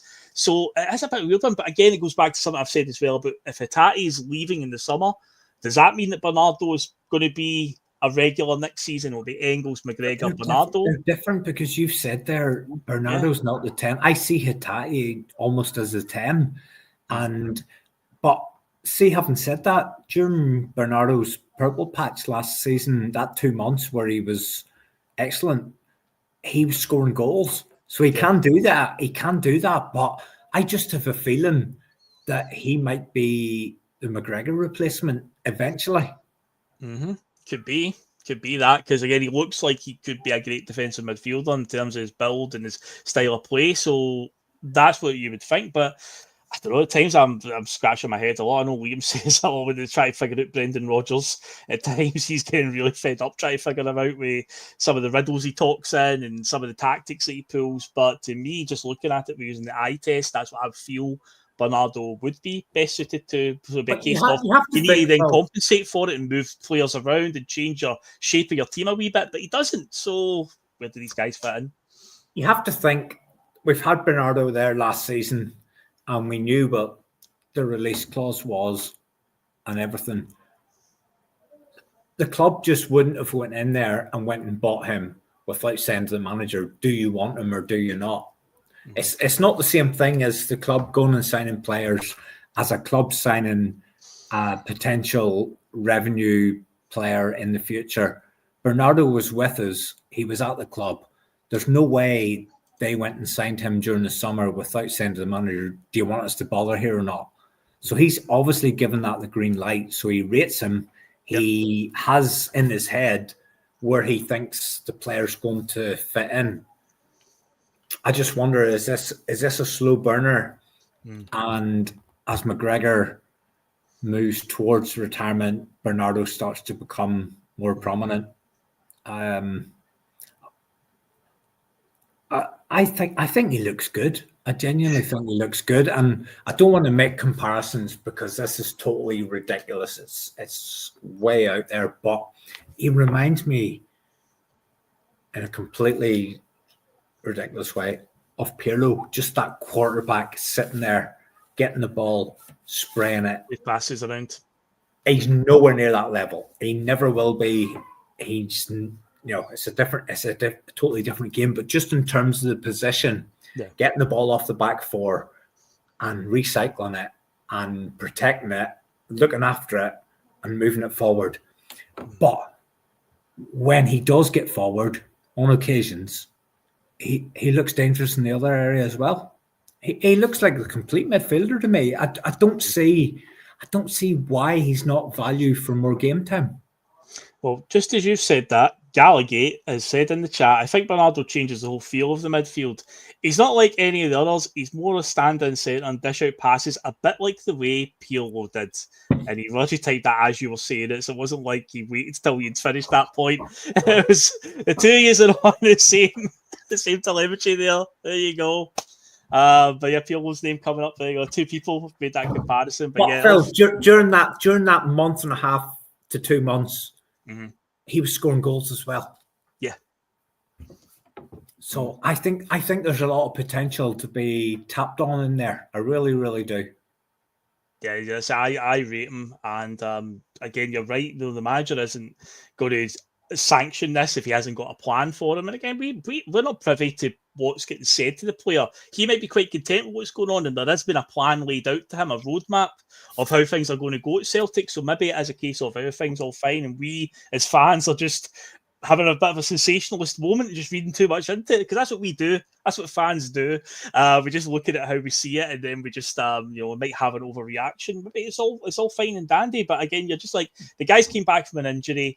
We've had some opportunity to get some minutes in the legs, because that's what managers always talk about, getting minutes in the legs, getting up to match fitness. Being physically fit is one thing. Being match fitness or match fit in a football sense is a different thing. And the only way you get that is by playing in games. So the fact that Bernardo's been available for about a month now, and he's been very slowly used, McCown's came on beforehand, and there's been a few scenarios where we're winning comfortably, so you think there's a good chance here for him to get on, and he doesn't. You start to ask some questions, because we did spend so long in the summer chasing this guy. So it's like, well, what's going on there? But I think, next season, I feel like we will see a lot more of Bernardo. I think it will be a case of it might be a slow burner, like you say. But yeah, he's a great player. I think he's a very tidy player, very safe in what he does, and being safe isn't a bad thing. Sometimes the easy ball is the correct ball. The simple ball is the right thing to do. And don't do anything too risky. So I think we've got a long way to go with Bernardo. He has still got a lot of time on his side. And I think we will see the best of him next season. Can I ask you a question, Phil? I know you're directing traffic here, but... All right, go for it. What's your thoughts on the manager? I mentioned earlier there around the Taylor situation where we don't let player contracts go down to the last year. The manager is possibly our greatest asset, and the last time he left, we secured 9 million quid for him, and I don't think that'll be lost on the Celtic board, and I don't think they'll let him go into his last season without some kind of commitment, because 9 million on a manager is the exact same as 9 million profit made on a player. And step back from the whole thing, running it as a business. You don't let his contract go into the last 12 months. And there were rumours of a meeting with Dermot Desmond late December to discuss players in January. I don't think that would have been about players in January, because surely that work's got to be done before the end of December. I think there will have been discussions around the manager staying on. I think a lot of Celtic supporters think that he's kept talking about this 3 years and he's promised that he'll be here for the 3 years. My gut feel, and it's just a gut feel, I think he signs an extension this summer. Mm-hmm. I don't see him being in the same demand as he would have been last time round. I think that ship sailed. I don't see him getting an EPL job again. I genuinely don't. He might get a Saudi job or a China job or something like that. I don't see him getting back to the SPL. Where he's at in his life, where he's been in terms of leaving, and I genuinely do believe he is a Celtic fan. I genuinely do. Where he's left his boyhood team and he's gone somewhere else and he's gone and now he's come back. I think he would be up for an extension. I think the club would like an extension. I think he extends this summer. I don't know how long he extends for. I don't know if he's here for 10 in a row. But my gut feel is he extends. I don't see him going somewhere else. I think he scratched his itch. I think he'll be potentially winding down towards retirement, and I think we keep him here. I think he stays. I think he signs something this summer. If we don't do something this summer in terms of extending him, I'd be very, very surprised, because he's the prize asset. Maeda might go and make us a profit. Someone else might go and make us a profit. But the manager guarantees to make us a profit if he goes this summer. I think there's an extension coming up. I genuinely do. I think the biggest clues will be how we invest in the first team in the summer will dictate if he's staying or not, because we need to freshen it up. He even said the other week about, need to freshen teams up or else the manager goes. And he didn't mean as in, I'm going to leave in some sort of protest. It's I seen that as, I want a big summer here. That's how I read that. I read that as an, I want to go to the next level here. I want to go a different direction. There's players that leave. I want to bring players in. I didn't see it as I'm off skate, and he did use the terminology 3 years as a minimum. And the fact that he threw that in at this point with a month to go of the season as a minimum, why would he throw that in there? I took that as I'm here definitely for next year, but my sights are on a wee bit longer. I think a lot of things Brendan does are very deliberate, very meticulous in what he does and what he puts out there. Little hints that he throws to the media, wee breadcrumbs that he leaves essentially. So I do think that was deliberate. I think you'll be looking to see what happens there, because he said from day one about trying to make us compete in Europe. We had for our standards, I think we had a pretty good run at it in the Champions League this season. Okay, yeah, we didn't obviously do the much fabled win a knockout stage after Christmas, but hey, we drew Bayern Munich. I mean, come on now, but we did compete pretty well with them over the 2 legs. So we're not a million miles away from getting to sort of the next stages of Europe. So you can see there's progress there compared to last season, where we got more points than Ange Postecoglou's season in the Champions League, but ultimately we still, lost to Lazio, we lost heavily to Atletico Madrid. So there was progress this season. So I think he's looking at that. And he can probably see from the Bayern Munich performance that we're not a million miles off. So he'll already have an idea in his head about what we need and what we need to keep as well. And he'll probably just see how it goes in the summer. And if he gets what he wants in terms of the investment and he can see the progress is there, then yeah, I do think he will stay. What we don't want is a scenario where it drags on and you're getting to like January time and it's still, because then the players start to get uncertain. Look what happened as well, where the opposite could happen, where if he does decide he's leaving and it comes out that he is leaving. He's made it public that he's leaving at the end of the season. Remember happened to Liverpool last year when Jurgen Klopp announced that he was leaving at the end of the season, and they were flying at that point, and then suddenly the wheels just came off. It totally derailed them when most people thought it would have the opposite effect. So you don't want a scenario like that where Brendan announces it, and if you think it will galvanise the team, they'll go out on a high for him and win them another treble. It's like you want to get it wrapped up as quickly as possible. And I do think he will sign another one, but I think it'll be one of these rolling contracts. Because Brendan Rodgers, I believe, is the only manager in recent times as well that didn't do the 1 year rolling contract. We actually gave him a designated, this is the length of time the contract's going to be. Normally, we Lenny, first time around, Ronnie Dyler, I think Tony Mowbray was he a rolling contract? Martin O'Neill was a rolling contract. So he was, Martin O'Neill was.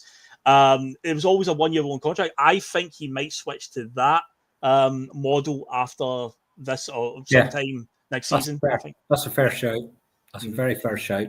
Now, I'd be surprised if there's nothing that gets announced this summer.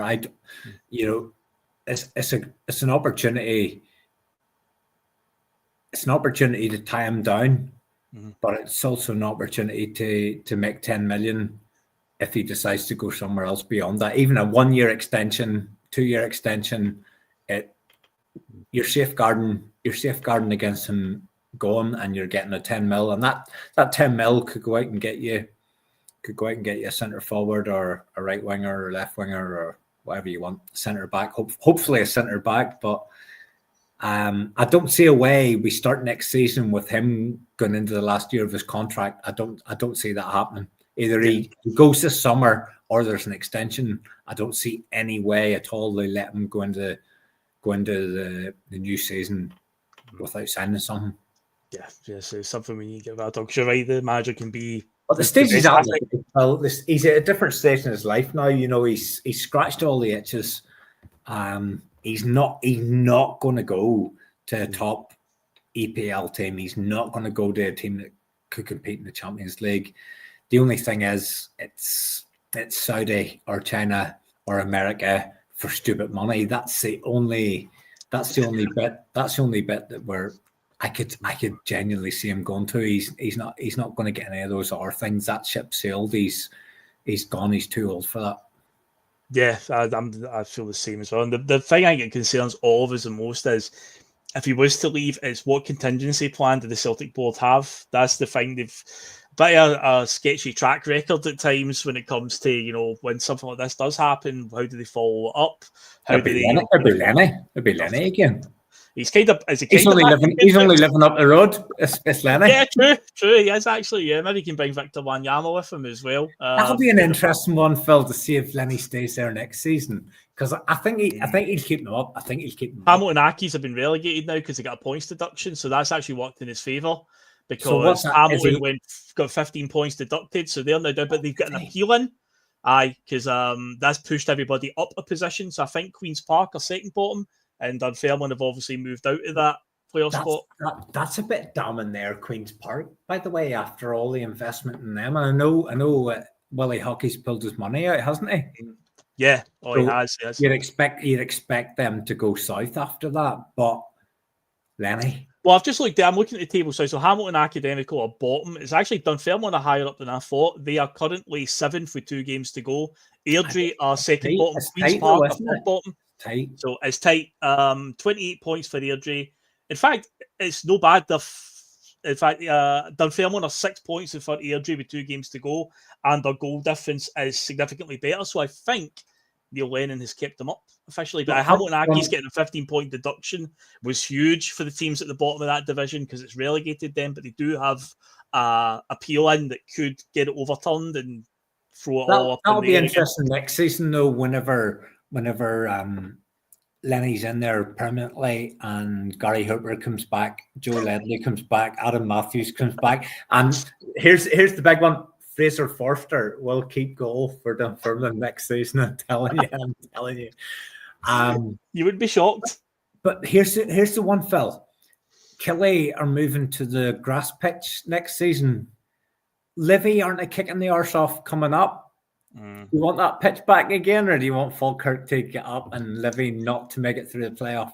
I don't want Livy back in at all. I know Falkirk have got a plastic pitch, and I know that the SFA or SPFL, whatever, they extended it by another year because it was supposed to be from the start of next season. It had to be grass pitches only. But I think what they realised, Terry, is there's 5 teams in the championship that have a plastic pitch, and it's not that easy for them just to. So you've got a 50% chance that a team with a plastic pitch will get promoted. So I think they've extended it. So I don't know if Kelly are going to stick to that plan, but I hope they do, because obviously I don't particularly enjoy the plastic pitches. But just in general, I just want Livingston back up, because one, can't stand David Martindale for obvious reasons, but see that last season when they were up, every week in his press conferences, he'd always be moaning about, I've got no money to spend and blah, blah. And it's like, look, mate, stop.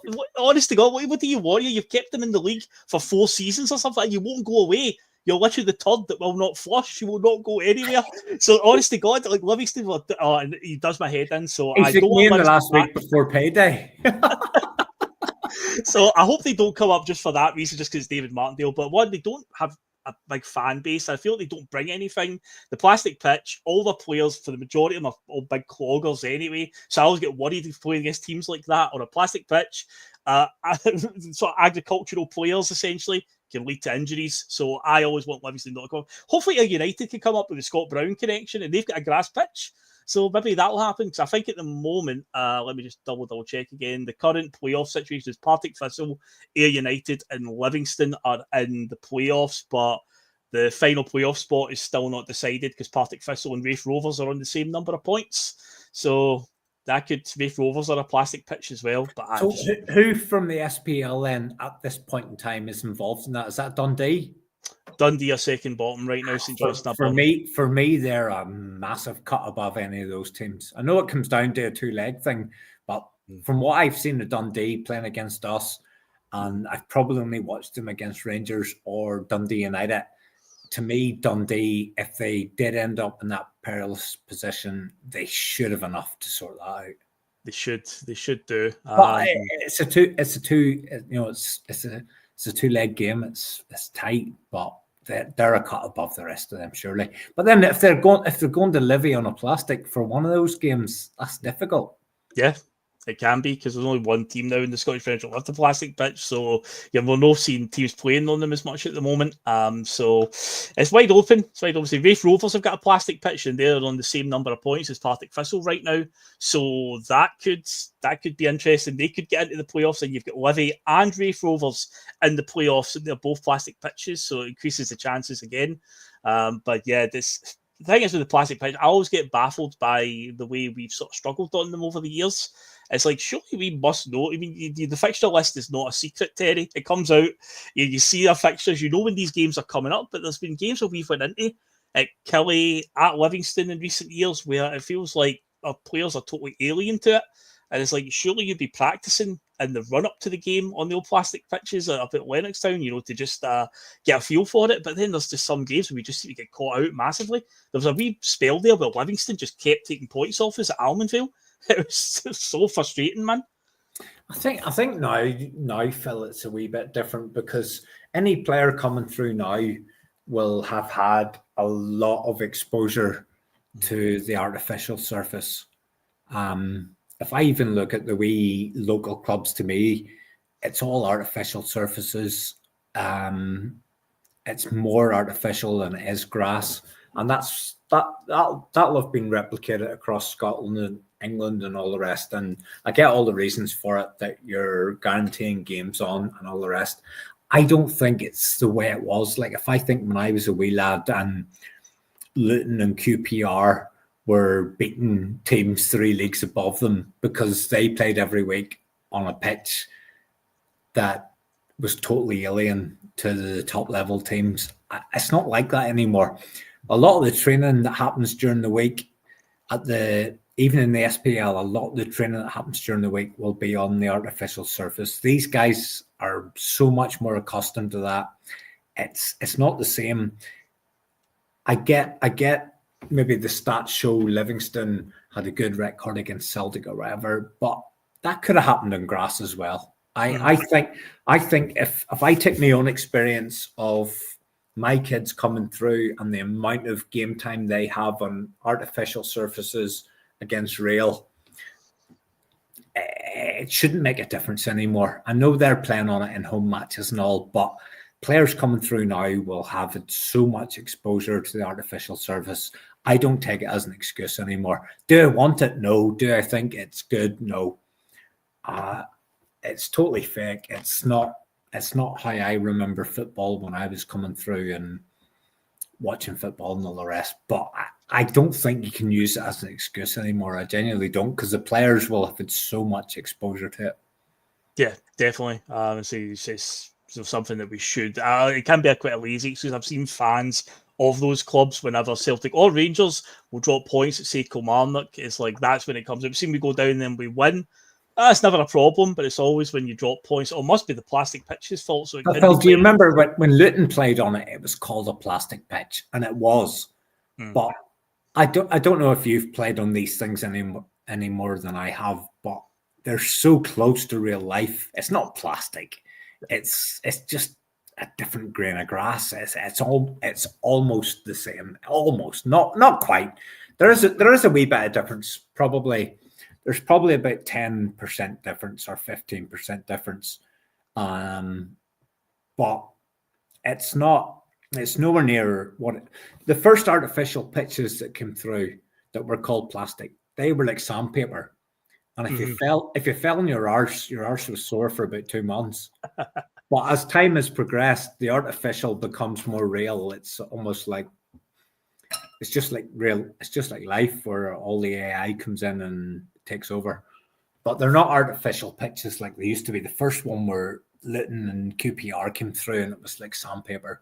It's not like that anymore. It's so close to real grass. There is a difference. It's not the same, but it's not the big variant that it used to be, where Luton and like teams in the Premier it probably was the first division at that time. In the FA Cup, nobody wanted to draw Luton or QPR because it was such a variable to play on that pitch. It's not like that anymore, because the guys that are coming through have played in these pitches all through their youth and everything else. And the pitches are not so different than they used to be, because the artificial is so much more advanced than it used to be. It's very, very close to real life. But we'll keep our eyes on the closing stages of the Championship and see what plastic pitch teams make it up. Hopefully, a United or Partick Thistle, who are in the playoff scene, can pip the likes of Livingston up. But Falkirk, they're definitely coming up, and they've got one. But anyway, as Falkirk, at least I could tolerate them a bit more just because they play maybe a better nice football than Livingston, and they actually have a fan base as well compared to Livy, because it's embarrassing. See, I'm a wee bit different. I like the Livy story. I like the Martindale story. I know it's not every Celtic fan's cup of tea, because his allegiances probably lie elsewhere, but I like that whole story of his sort of reconciliation and rehabilitation. I think that's a great story. I like it.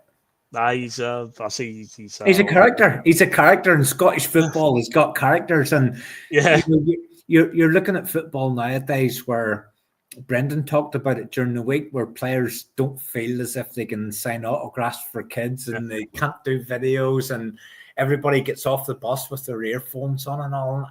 I find Davy Martindale a really refreshing character, and I know lots of Celtic fans won't share that view, but I do. I think it's a great story. And football in general is lacking characters across the board. It's a very, in some areas it's very soulless. Everybody deserves a second chance, and there's so many people in life that don't grasp their second chance, but Davy Martindale's grasped it, and fair fucking play to him.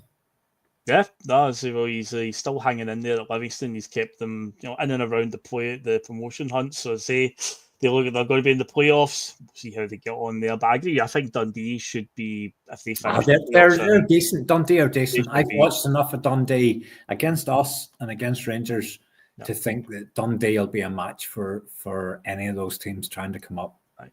Now, before we head, because we've done quite a long P.M.P, it's like a good throwback to the ones that Russell the good old days. All eyes on Tannadice next week. It'll probably be you and me doing P.M.P next week, unless Russell gets some sort of a miracle from his. He'll be in Benidorm. Benidorm by then, probably. Aye. But yeah, all eyes on Tannadice. 1 point is required to be champions. 15 points ahead, massive goal difference. 5 games to go. And it's cut and dry next week, or is it impossible going to happen? Is it going to roll over for another week, Terry? Phil, the thing is, we could lose 5-0 the rest of these games and we still win the league. Do you know what I mean? And I see a lot of criticism. People are going on about Celtic fans saying, should we throw the game? No Celtic fan in this world is seriously contemplating throwing the game. All they're throwing out there is a proposition where we don't get the 3 points and we go to Ibrox and we get a chance to win it. No, I think there's a lot of criticism going, oh, you can't throw a game. Nobody's suggesting you throw a game. All people are saying, just for a laugh, is wouldn't it be funny if we didn't win it next weekend and we then went to Ibrox when everybody's been trying to avoid that happening? That creates a different conversation, because why should we avoid a Celtic Rangers game where one of the teams can win the league? This whole thing where this can't happen is based on 20 years ago where something happened. Can people not move on? Can society not move on? Are we not allowed to have another go at having a Celtic Rangers game that means something? The whole TV deal hinges on Celtic versus Rangers, Rangers versus Celtic, whatever way you want to slice it. The whole TV deal is based on that one match. If you can have that one match where one of those two teams can possibly win the league, surely that's your showpiece of the whole fucking season. Yep. Surely that's your big game where you go in there to get the whole audience. But no, Scottish football, nah, we're not doing that. We're trying to avoid that with every single ounce of energy we have. Why are you not promoting it? Why are you not trying to get that as your showpiece game the whole season? Why are you not trying to create that conundrum where everything comes down to that game? Why is Scottish football trying to go backwards and go back to the dark ages? Yes, there was a game 20 years ago where things didn't go so well. But that doesn't mean people nowadays in 2025 can't go to a game and watch the football and take the result and move on. Do you know what I mean? Why is this the only league in the world that doesn't take their biggest fixture and fucking max it out for everything it's worth? Yeah, if this was Barca and Real, the Spanish league would be doing everything. The computer would be told, get this fixture as the fucking title decider here. Yep. Do you know what I mean? But in Scotland, nah, we're not doing this. Avoid it at all costs. This can't happen. It's fucking ridiculous. It's absolutely ridiculous. Yeah, it's crazy as well, because they actually have the power to decide when this fixture falls, because this league is that unique figure. You can look at it as unique if you want, but obviously with the split fixtures, they have the power to dictate the order it goes in. It's not like the one 20 years ago, the one where they beat us at Celtic Park 3-0. That was before the days of the split, and it just so happened the way all the results fell and the order that the fixtures were in, which came out at the start of the season, it just so happened that Rangers found themselves in a position to go to Celtic Park and win the league that day, which they did. Right, but nowadays we've got the 5 fixtures down in England. If they had that, 100% Sky TV would be doing everything in their power to make sure this could be this is box office. Get this. I bet you Phil Sky are pushing for it. Aye, it's Police Scotland. They're the ones, but remember the away fans will now be within a net, as it was at Celtic Park a couple of weeks ago. They'll not be on the ground if it's something to do with the way it was at Celtic Park. There'll be nobody fucking at it.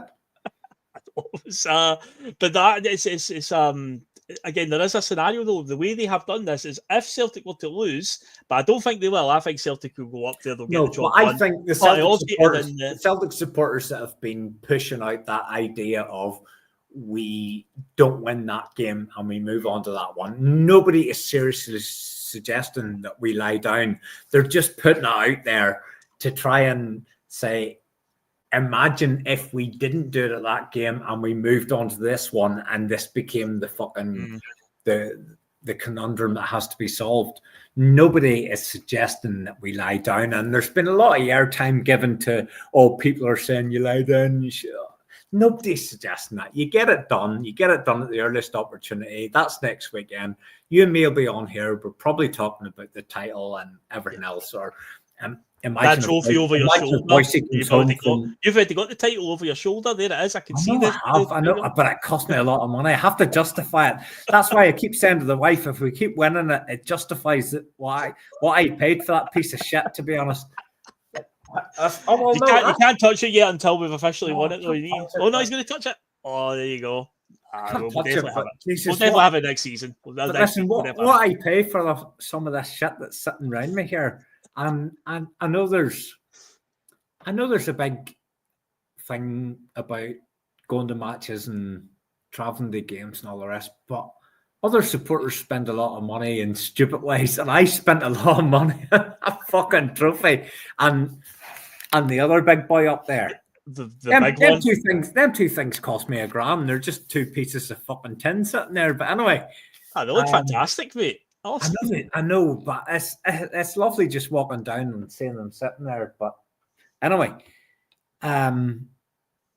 we should be promoting this game. Scottish football should be building this up to be the biggest match there's ever been. If this was Barcelona Real Madrid, this would be the fucking cliffhanger. If it was Liverpool Man United for the title, Inter AC, Bayern Munich Dortmund, any of those games where it's the two biggest teams in the country and one of them can win the league and one of them can lose it, the TV companies would be doing everything to get that as a showpiece. And I think Sky will be.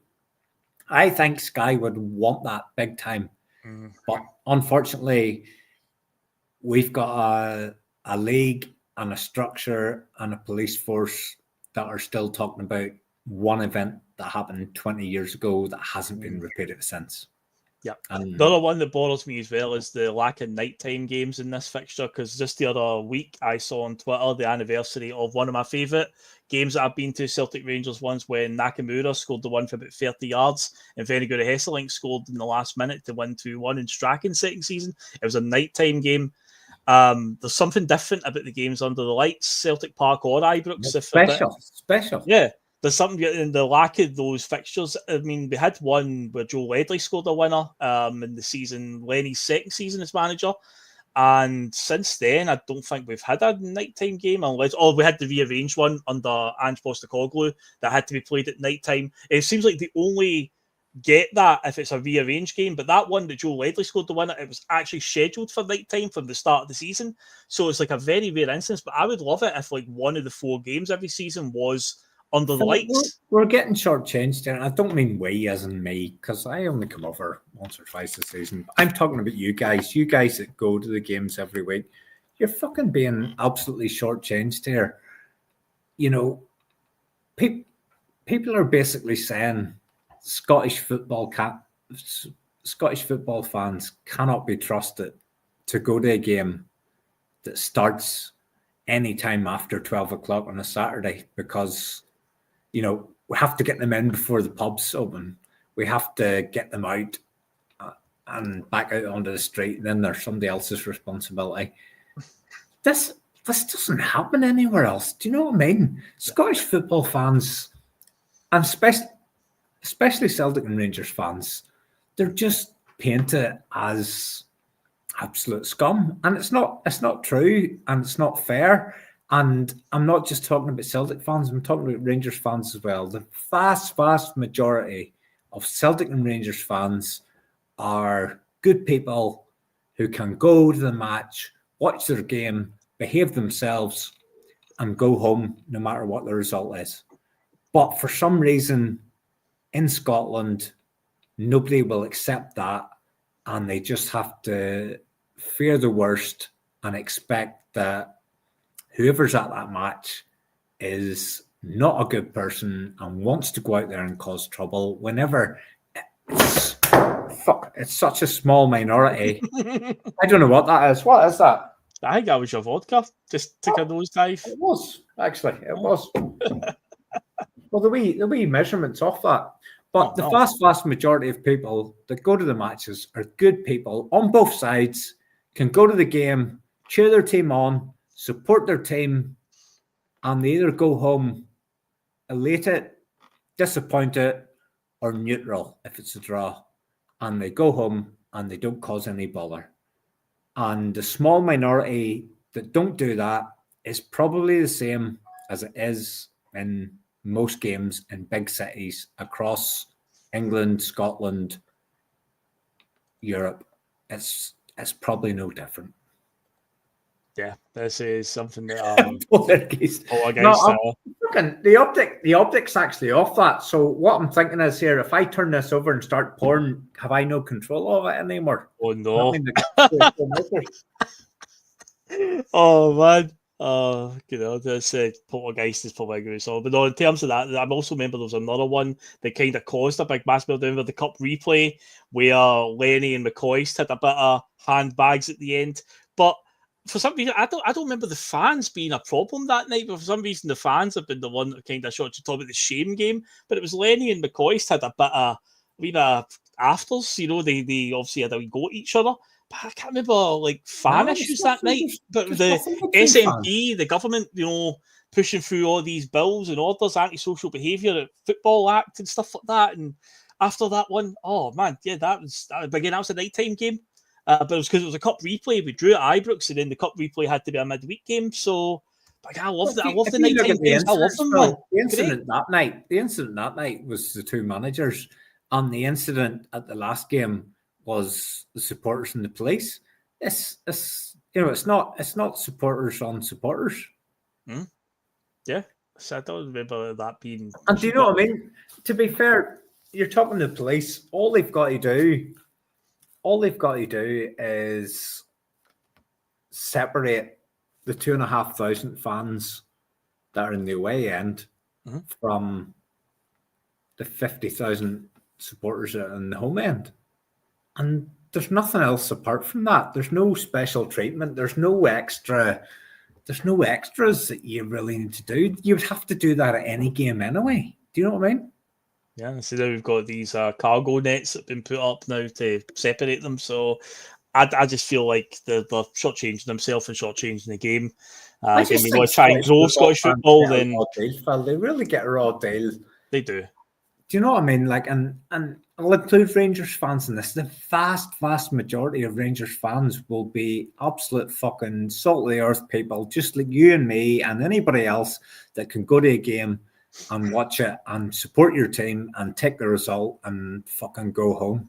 Do you know what I mean? And I just think we shoot ourselves in the foot so much in terms of the way we handle these things, and we try to avoid conflict rather than embrace the rivalry, but do it in a fucking safe way. Do you know what I mean? Yeah, indeed. But we'll say the Scottish football, the debate can rage on and on with that one. And I'm sure there'll be more chat this summer for restructure stuff that's been doing the rounds recently. So who knows what their next moves will be. But I totally agree. They definitely shortchanged themselves, and it's definitely not as bad a product as people perceive it to be. But I don't think the authorities do themselves many favours, and they help to create that illusion of it. But mate, it's nearly 2 hours we've done. That's I know I could go all night, honestly. It's not like when I'm on with Russell, because I've usually battered him by now, and I'm sort of thinking, do I leave it at 5-0 or do I try and go 6 or 7-0 or do I go for the 10-0? And but with you it's different. I just shoot the breeze. Do you know what I mean? That's it, mate. It's just this. There's a great result today. Just a wee laid back chat. So the first hour of the show, pretty much just talk about the game. The second hour of the show, just whatever tickle fancy. Yeah, just have a laugh. That's what it's all about. So thanks to the 100+ people that are still with us now. Remember, hit the like button before you go. That helps us out massively. That'd be greatly appreciated. And yes, I say we will we'll head off now. Enjoy the rest of your Easter Sunday and your Easter weekend. I'm sure a lot of people have got tomorrow off. And yeah, as I said, it will be all eyes on Tannadice for next week. It'll probably be myself and Terry will be back. I'll be on Friday as well with Liam to preview the show. I know Mark's been popping up doing solo TNF/Judgment Days. Russell's actually in the background of them because somebody's got to control all the comments. So Russell is actually doing that. He just doesn't have a stable enough internet connection to come on screen long enough and in case it conks out on him. So yeah, but that'll be long, I'm sure. But Mark will be on, maybe Conor will pop up and do one of his carpools at some point, who knows. But yeah, say it's tight, it could be a title winning week this week. So all eyes on Tannadice for Saturday. Looking forward to it. Great result today. Scottish Cup final awaits, nothing to fear, just Aberdeen in the final. No problem at all. Brendan Rodgers, they're a punching bag for him in cup finals now. So yeah, we've got that to look forward to as well. Trebles on the table. It's up to Celtic to go and grab it. Terry, it's been a joy being on with you as always, mate. Hail. Absolutely fantastic. And everyone in the chat, hail to you as well. I'll say enjoy the rest of your night, folks. And yeah, we will see you on the next one. All the best, guys.